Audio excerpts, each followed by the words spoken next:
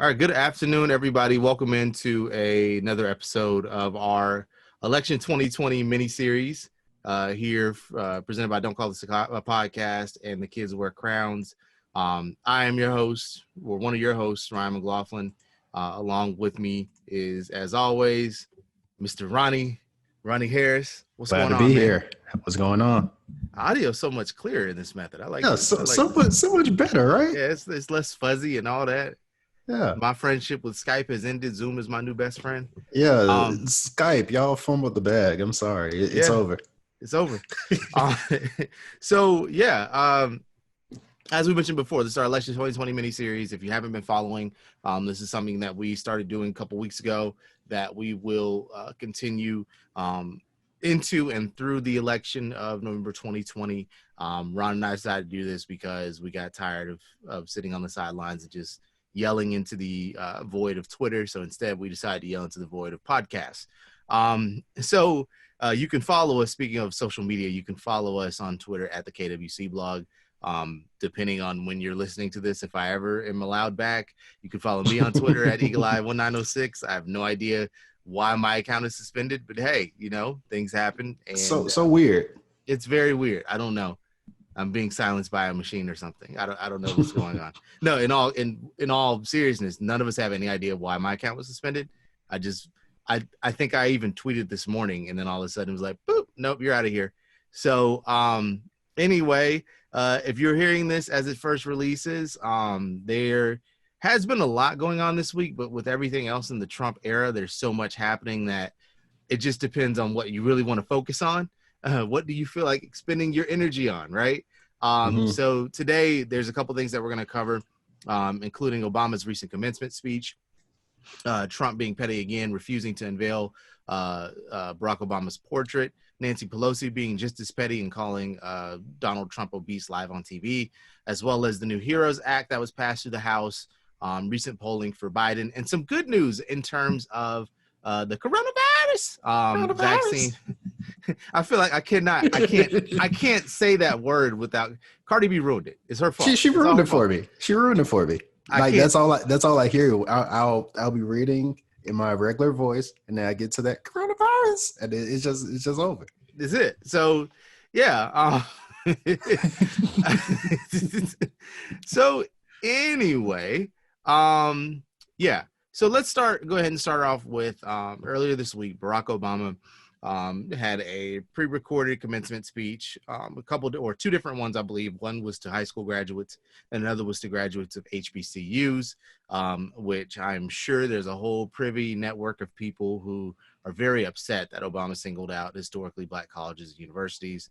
I mean, why do those even exist still? Why don't we have historically white universities and colleges, all of that fun stuff that we usually get anytime Black people have something. Where's the WAACP? Oh God. Anyway.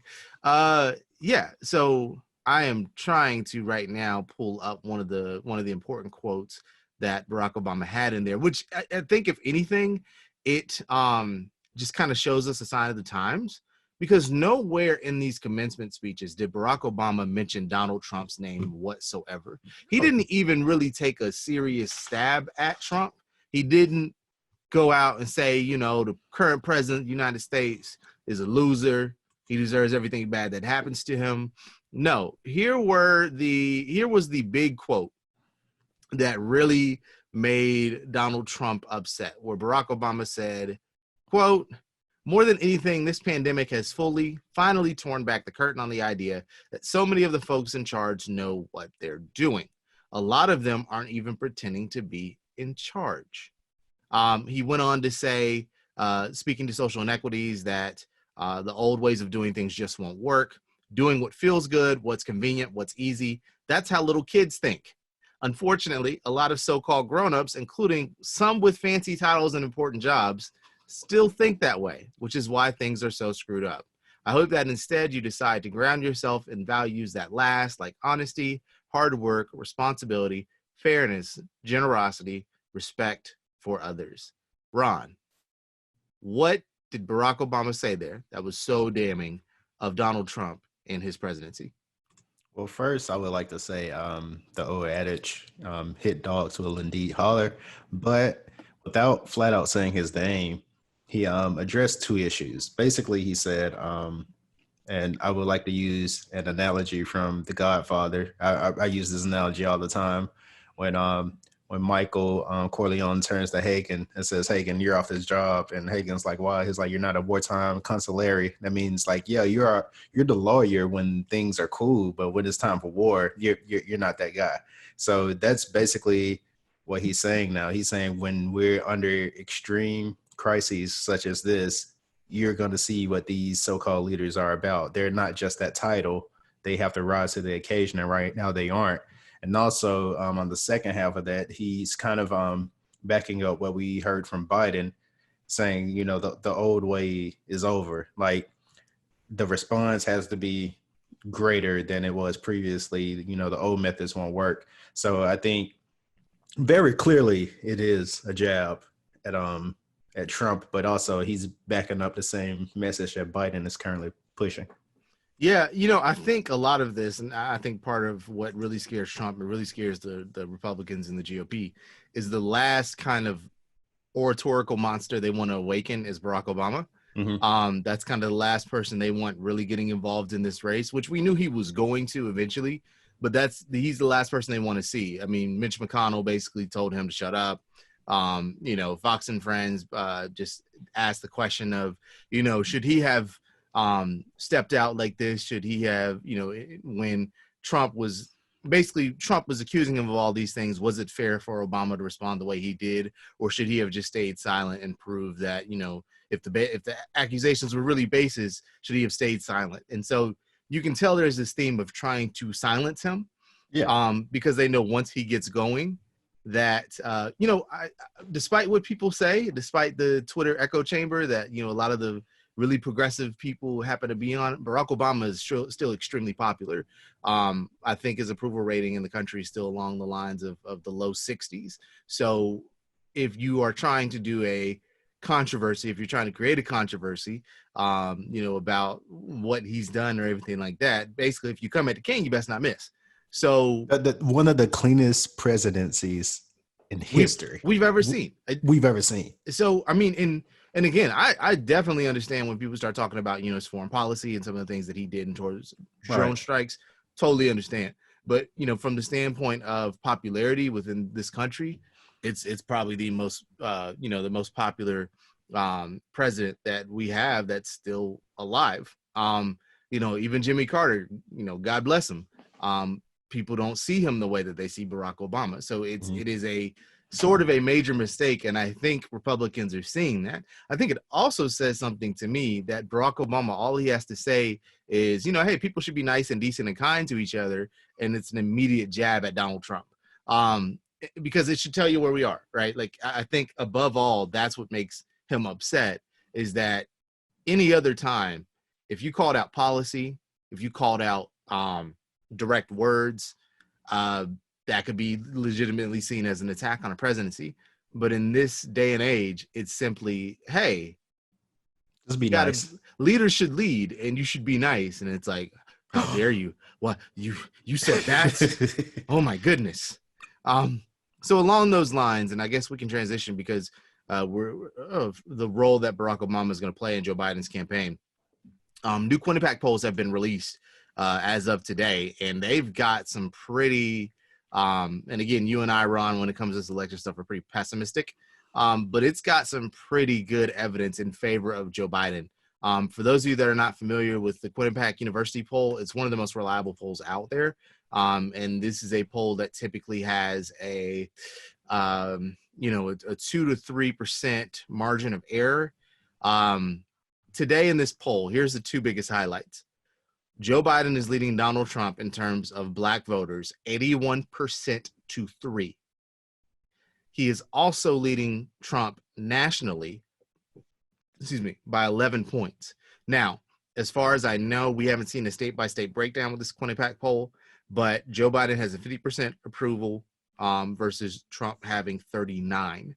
Ron, this is good news, but is it really good news, or should we continue to be cautious in our optimism? So it's good news, but it speaks volumes about some underlying issues in our nation. First of all, Joe's numbers are soaring because he's a white man. He's a white man. Mhm. And that's fact of the matter. He's a white man. Because, like I said, resumes on the table without a name.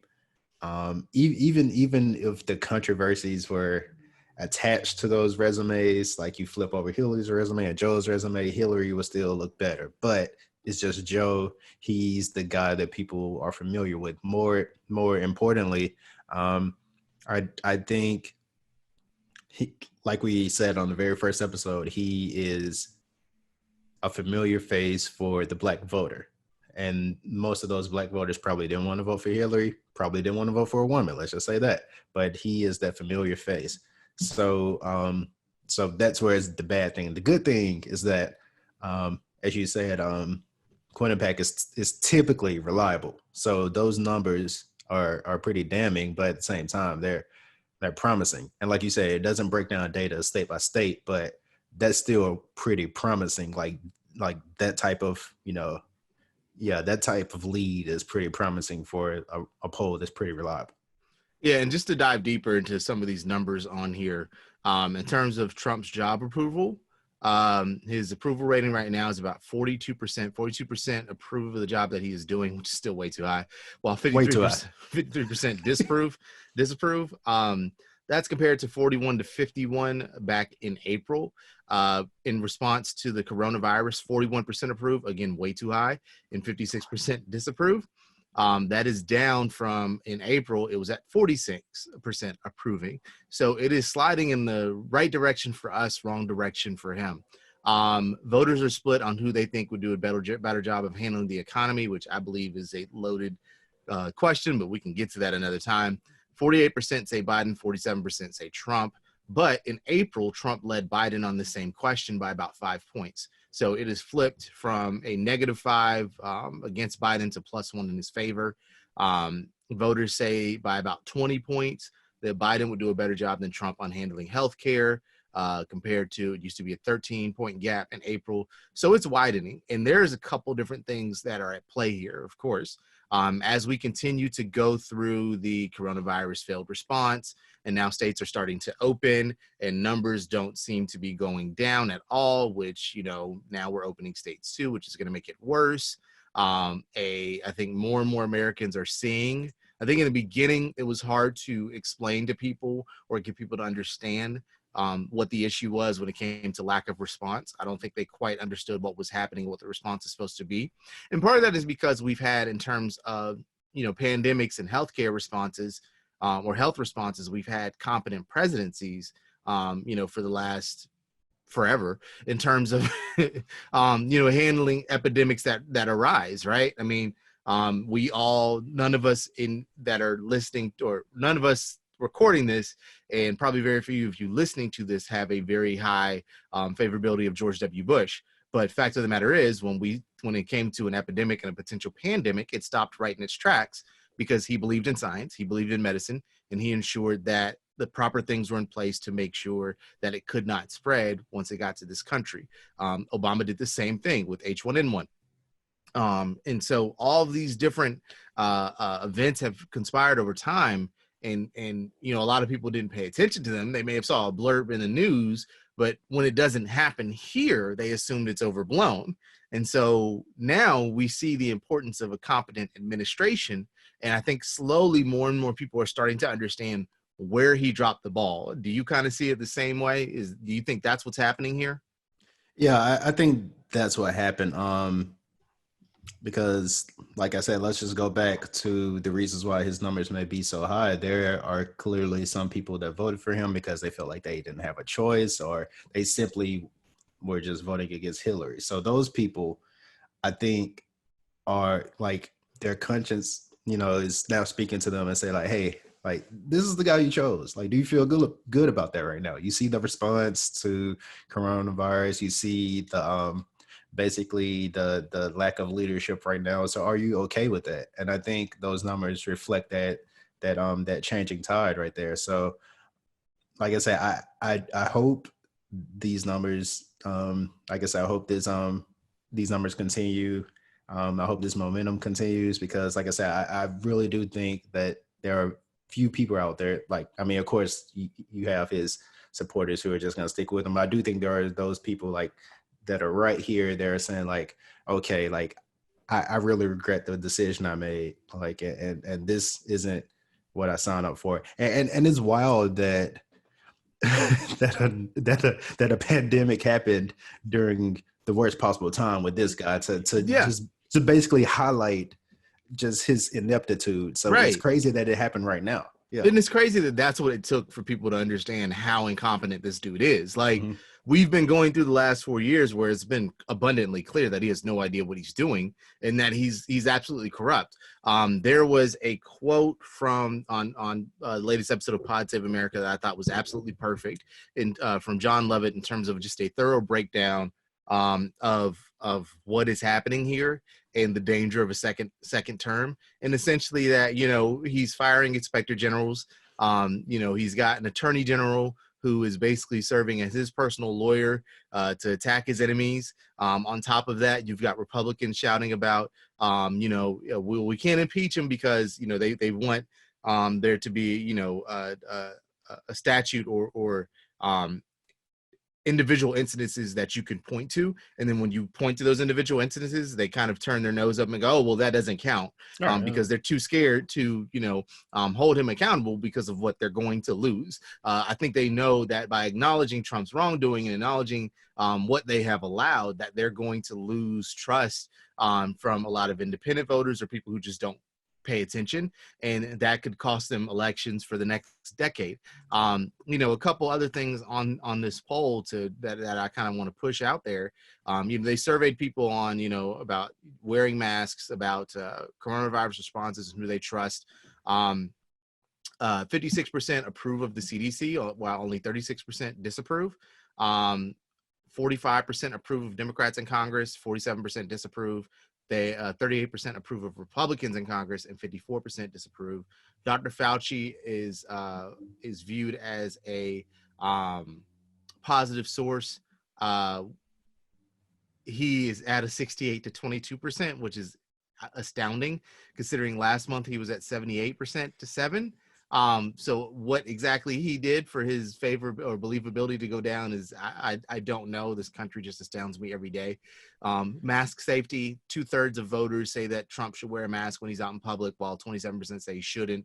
That includes 38% of Republicans who say that yes, he should. So which is, you know, pretty high number for that party. In terms of safety, 74% believe it's unsafe to get on an airplane. 62% believe it's unsafe to go into a restaurant. Only half of the country believes it's unsafe to go into a barbershop or hair salon. 49% say it's unsafe to go into a clothing store. 55% think it's safe to go to a workplace outside their home. As to when people think there will be a widely available vaccine for the coronavirus in the U.S., 44% say it will be more than a year from now. And 40% think it will be within a year, and 12% say a few months. So,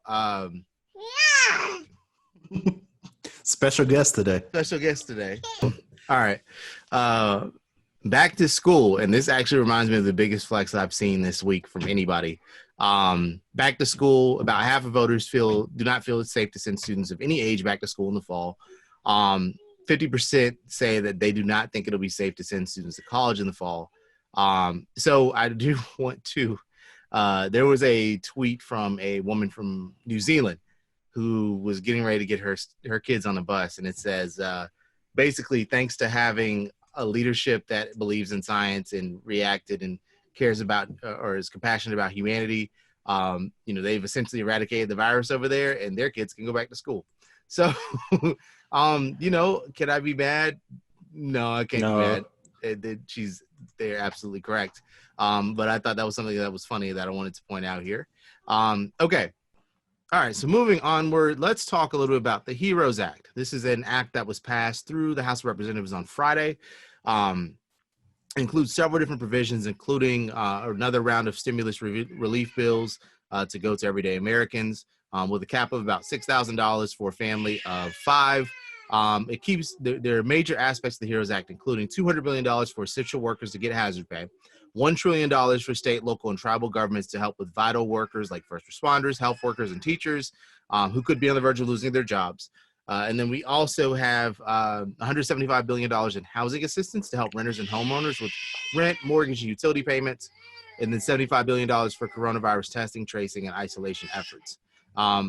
It would also include an extension of the COVID-19 unemployment program, providing that extra $600 per week benefit that would last until January instead of expiring in July 20 as it currently stands. So, Ron, Mitch McConnell, the evil turtle in the Senate, has pretty much stated that this bill is dead on arrival. Why do you think that's going to be the case, and what do you think we can do to maybe get some traction going on this?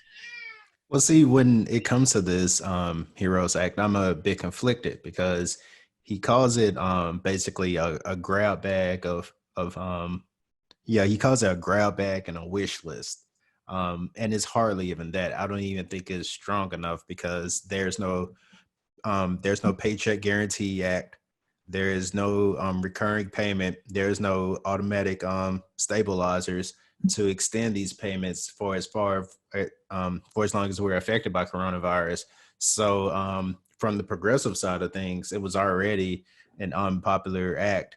So that's where I'm conflicted. If it's DOA, basically shoot for the moon, and if he shoots it down, then the American people can know that, hey, they don't care about you in this regard, but rather they scaled it back to a place where it's still unpopular, but it's not going to get passed anyway. So, and we talked about this last week, like what can be done or the price you'll have to pay to get a second round of stimulus paid. And I'm really curious as to what that'll be. Like it really scares me to see like their version of compromise if there is a second round of stimulus, because like I know for sure they don't want any support for the USPS, or they don't want people to get their money quickly, which is just insane. Like there are some people who still haven't received their first round of stimulus checks. So as far as like what needs to be done, unfortunately, it's going to take some type of compromise, and that is going to be removing a lot of provisions that will actually help people.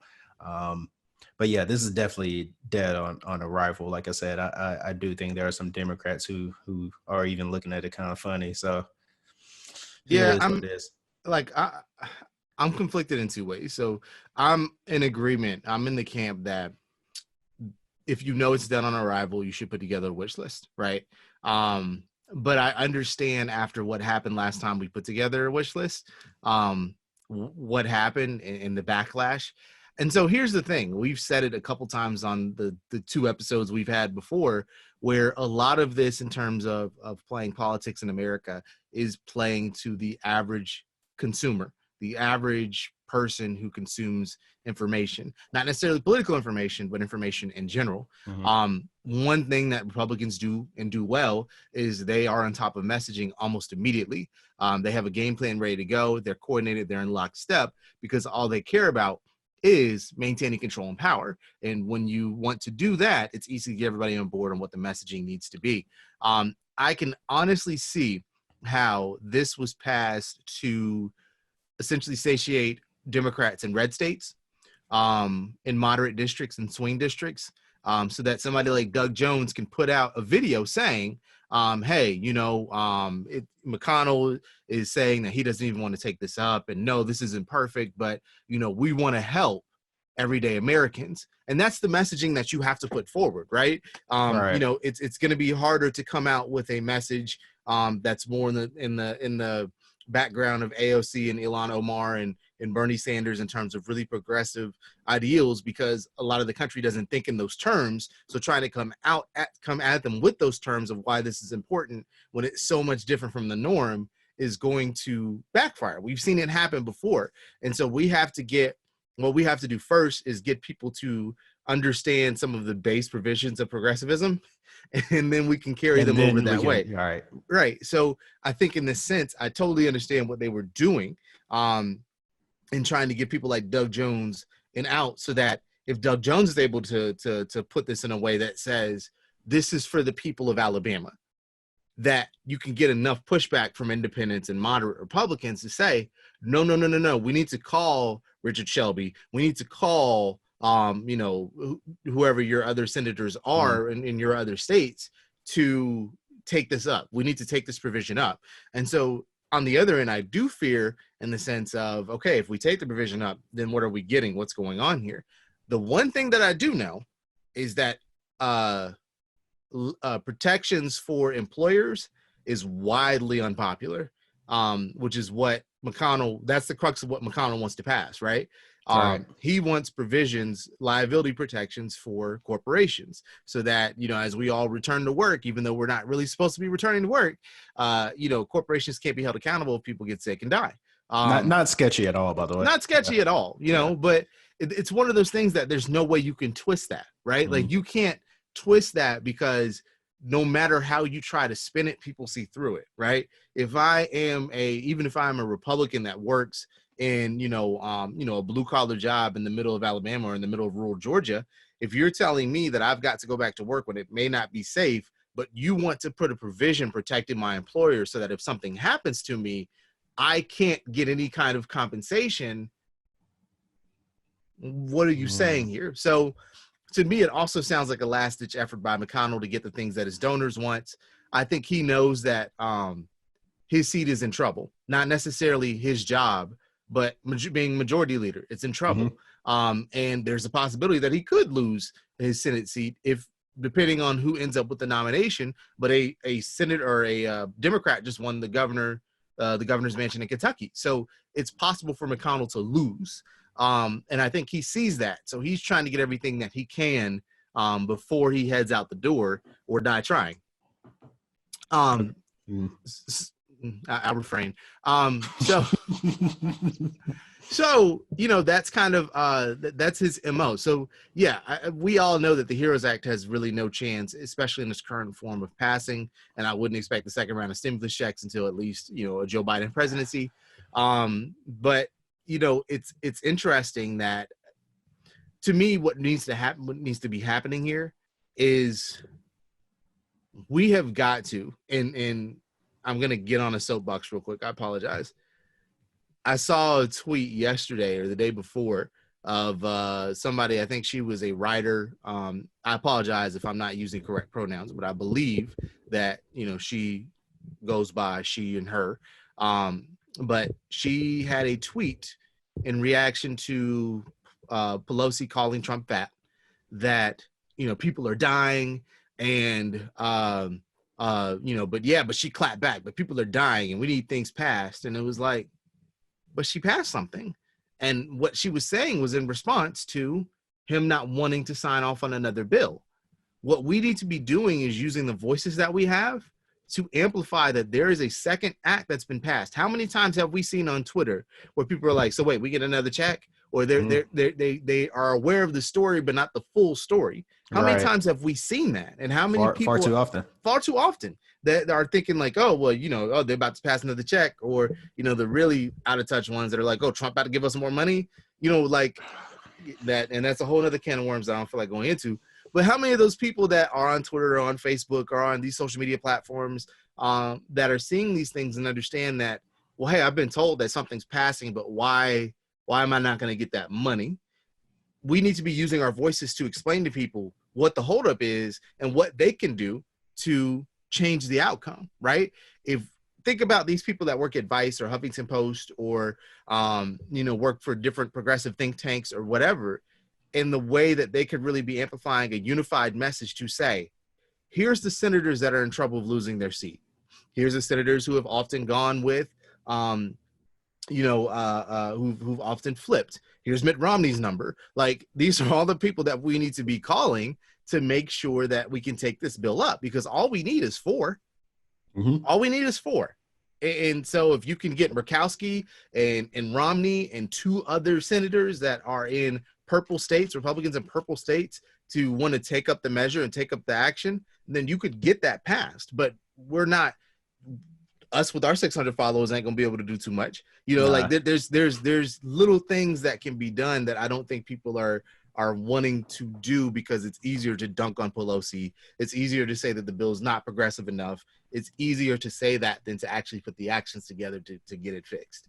Yeah, you raise a good point, and no matter what side they're on, like people typically respond to the negativity. So if those voices are so loud and it's out there and the people are screaming for this, I mean, they have no choice but to respond, even if it's to basically like just a curry favor, which is what I still think the first round of stimulus was. Like they just want to, let's just throw money out and then we'll say Trump did it just so we'll look good in 2020 in the 2020 election. Mm-hmm. I mean, that can happen again. Things haven't, the economy hasn't rebounded like they thought it would. I mean, things are getting worse. People are still unemployed. So hey, like you can basically get what you want by pushing people to do a thing that's basically against their MO, but it would make them look good for the moment. So like you said, there are ways where we can get this message out there and make it so loud that they have no choice but to respond. So, I think it's disappointing because there is a path forward and way out of this, and it feels like the people who have a way to make an impact don't quite see it the same way and don't quite understand the reach that they have. But that's neither here nor there. So again, the CARES Act the HEROES Act is dead on arrival. Don't expect any votes on it. Nothing's going to come out of this. But if I am the House, if I am Nancy Pelosi, if I'm Democrats in House of Representatives, I keep passing bills. Mm-hmm. I just keep asking just keep pushing them through. Keep putting on the table. And eventually they've got to take one up. And I think it's a step in the right direction to say, all right, here's the HEROES Act.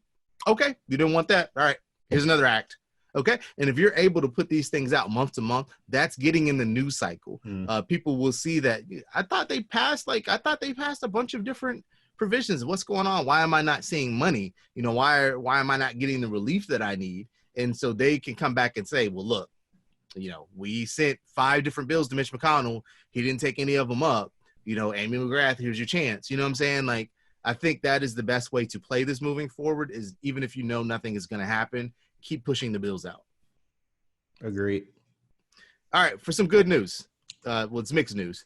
So earlier this week, news came out that Oxford University was potentially on the verge of a real big breakthrough with the coronavirus vaccine. Oxford had already been working on a coronavirus vaccine for animals that showed really good progress, I think, in mice initially. However, that kind of took a hit when later on it came out that their trials did not prevent monkeys from contracting the disease. So they are not necessarily back to square one, but they are not as far along as they thought. However, Moderna, which is a U.S. company, has started their own human trials. Clinical teams at the University of Oxford's Jenner Institute and Oxford Vaccine Group began working in January to develop a COVID-19 vaccine.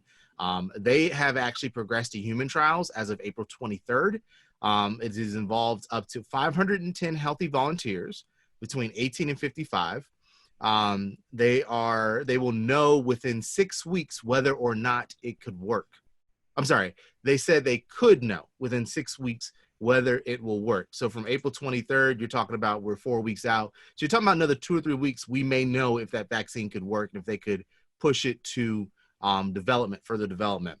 AstraZeneca has already finalized a global licensing agreement with Oxford so that if a vaccine is indeed passed, or not passed, if a vaccine is indeed does indeed work and is able to go, dead on arrival. Oh God, that's bad terminology. Oh no! I realized that after it left my mouth. Oh no! Right. Okay. But if it is viable, then they can push it to market. It would of course go to UK first. They would have 30 million doses available by September, and they would be able to spread about 100 million in total within a few weeks. So, Ron, we're seeing promise. There may be light at the end of this everlasting quarantine tunnel. How do you feel hearing that news, especially from Oxford, one of the, if not the most prestigious institution in the world? How do you feel about that? I mean, honestly, early, I guess when we were mapping out how coronavirus would go and the projections as to when we would start, doing human trials, like the and it was vague back then, but what we heard was like fall. You probably will get human trials in the fall. But the fact that Oxford basically has to jump on all of this and they may have something, it's promising. Once again, I mean, there's still a set of variables that are unforeseen, but the fact that they are like this close provides promise, because things are never going to be like normal again, but hopefully we can see the light of the end of the tunnel to like the new normal. So if and I just hope that these trials are successful and we're one step closer to returning to like some sense of normalcy. Some kind of, I can leave the house and go to the grocery store and not necessarily be in a mask. But I wouldn't mind if Publix kept the permanent aisles, the one-way aisles. I actually enjoy that, funny enough. But I think I'm in agreement with you that it is definitely promising. I'm of the belief that we're probably not going to see anything here stateside until the end of the year. We've already got a lot of public health experts, especially with the way too early reopenings, saying that, hey, the second wave could be really bad. So, I don't know about you, but I personally am trying to make sure all the stuff is in order so that, come November, December, I ain't got to leave the house for anything. Just kind of, I'll be in line to vote. I'll put on a parka if I need to, because Georgia's absentee ballot is not very good, and I just don't trust it. I don't trust Kemp.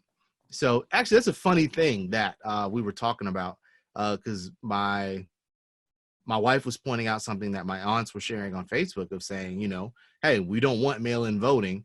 Don't let them do that, because in their mind, they were going to mess up their votes were going to disappear. And so it's funny, the dividing line there, right? Like a lot of younger folks, especially younger Black folks, want mail-in voting because we're like, hey, we've seen the data that is the best way to ensure that, more people vote, all of those kind of things. It's very hard to rig that system, but they're looking at it and being like, okay, I done lived through this before. Like, it's just funny how those differences are there. So anyway, speaking of the election, one last thing that we'll cover before we get out of here. The Veep stakes, as we'll cover pretty much every week on here until July, when Joe Biden finally stops teasing us and tells us who his running mate is going to be. So there's nothing that is concrete here, but there's basically rumors flying around that Stacey is off the table. The Stacey Abrams is off the table. A lot of it comes from the idea, and I actually read an op-ed earlier about how Stacey Abrams could be Joe Biden and Sarah Palin, which is absolutely ridiculous. But it's dumb because it takes a lot of things out of context. But I can definitely see how Stacey doesn't move the needle, right?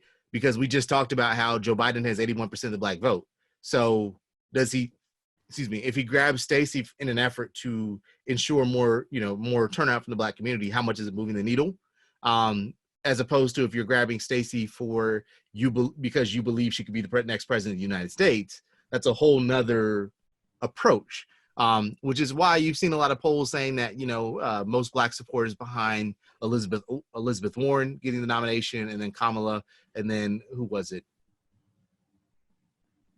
Who cares after that? Honestly, because Tammy's not on that list. Yeah, she's not on that list. We can only hope, but we can only hope. I mean, we've said it before. I've reiterated before that it's Elizabeth Warren, it's Tammy, or Big Gretch for me. But look. So what do you think about that, Ron? Because you brought that to my attention with Stacey Abrams. With the opinion pieces and everything like that. How do you feel about her chances now that a lot of people are starting to vocalize their concerns for her? Well, once again, I still think the ball is in her court on that. So if she's not, hold on. Huh? Yeah. Oh, like we almost done. Okay. Oh. Sorry. I'm sorry. I just pick up from where I left off. So yeah, once again, I think the ball is in her court on that. So I think if there is a reason why she isn't being considered, it's because she took her name off consideration.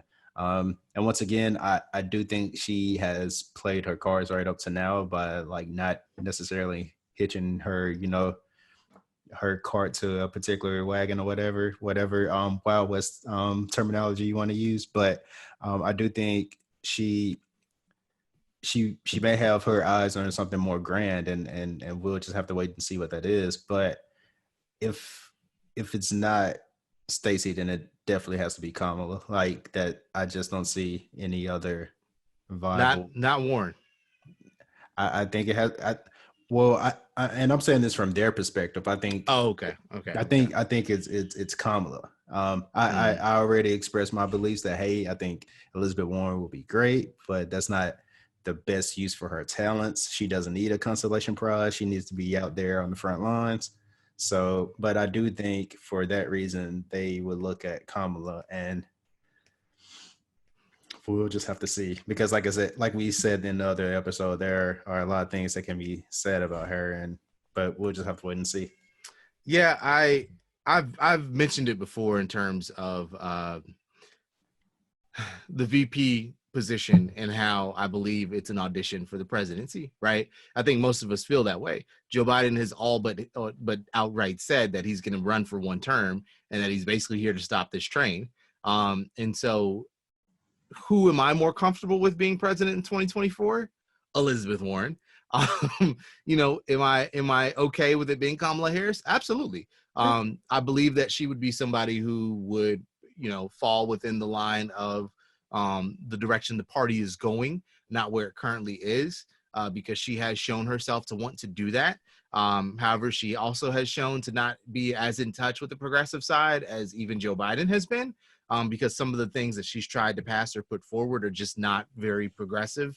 In terms of, an economic standpoint, that's my concern with her. Whereas people like Tammy Duckworth, people like, Big Gretch, they are actually wanting to do those things. They are actually wanting to go that route. And, again, I would love for Gretchen Whitmer to stay governor of Michigan because she's needed there. I also look at the optics of, in this time of need, leaving your role as governor to go be VP. Yeah, that doesn't really play. Yeah. Like if your only goal there is to win the state, no, there's another way you can do that. Which is why I think somebody like Warren works better. A senator works better in that role because, for one, where Elizabeth Warren is from, even though there's a Republican governor who would make the appointing, people or who would appoint her replacement, people have said one of two things. Number one, oftentimes governors who or senators who are replaced by a governor in the interim are often voted out. See Kelly Loeffler, who is probably going to be voted out of her Senate seat in Georgia.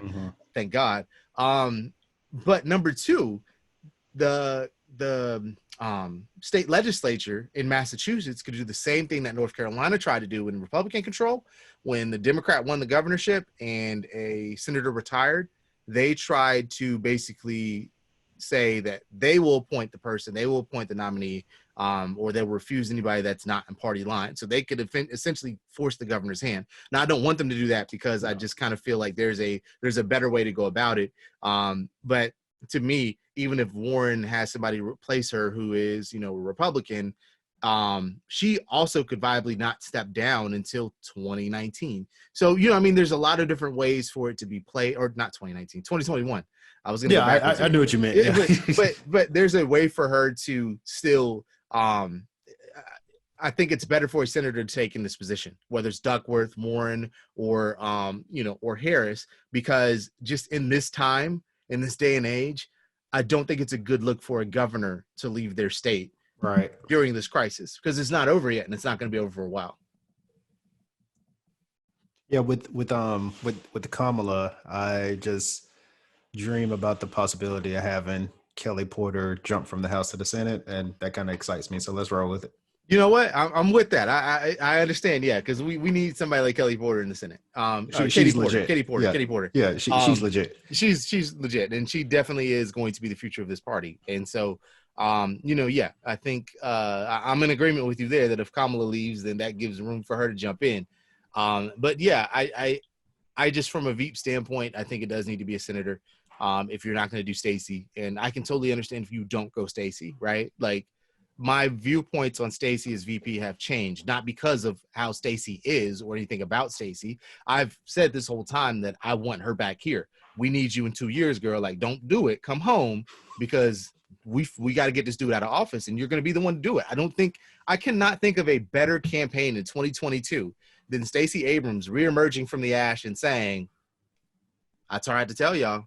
I tried to tell y'all. That's a campaign slogan. I tried to tell y'all. I tried to tell y'all. That's it. And it's so, yeah, I for that reason, my own selfish reasons, I don't want Stacey to be the VP. But, you know, it is what it is. If she gets it, I'll be extremely happy for her, because that means great things for her going forward. And, you know, we'll see who we get down here as a nominee in 2022. I might have to step in and do something here. It might be up to, It's probably gonna be John Ossoff or something like that. But anyway.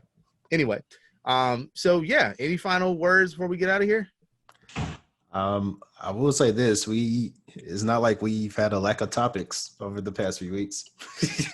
No, and that's going to continue as this this current election cycle progresses, and also just the things with the coronavirus. You know, we're definitely gonna have a lot to talk about. So, all right. Well, make sure you subscribe to us on Apple Podcasts and Spotify if you haven't already, or Radio Public. Either one is fine. I just reminded myself that I have not set up AJ's feed like I told him I would do, and y'all are recording literally on like Friday. So yeah, I got to get on that. We are rebuilding our podcast collective, our podcast network. So please make sure you go to thekidswearcrowns.com and check out everything that we're putting forward. The 4 Eyes show is coming back. That's AJ's show. Politics as Usual is coming back. Of course, we have our election 2020 miniseries through Don't Call This a Podcast. So check out everything. The committee, hardest working podcast in the country, because I swear to God, y'all put out episodes like every day. Like every day. Which, by the way, the Karen Durant meme is brilliant. I just want to tell you brilliant. Like I woke up and I just looked at my phone and like I died instantly. I was like, it's brilliant. So shout out to the committee. Make sure you check out their podcast. Thekidswearcrowns.com, at the KWC blog on Twitter, Instagram, and Facebook, at Eli1906 on Instagram. Maybe I'll be back on Twitter next week. Who knows? Let's hope so. Let's hope so. We'll find out. I just checked. I'm still banned apparently. So all right, for Ron, I'm Ryan. We're signing off. We'll holler at y'all next week. Peace out.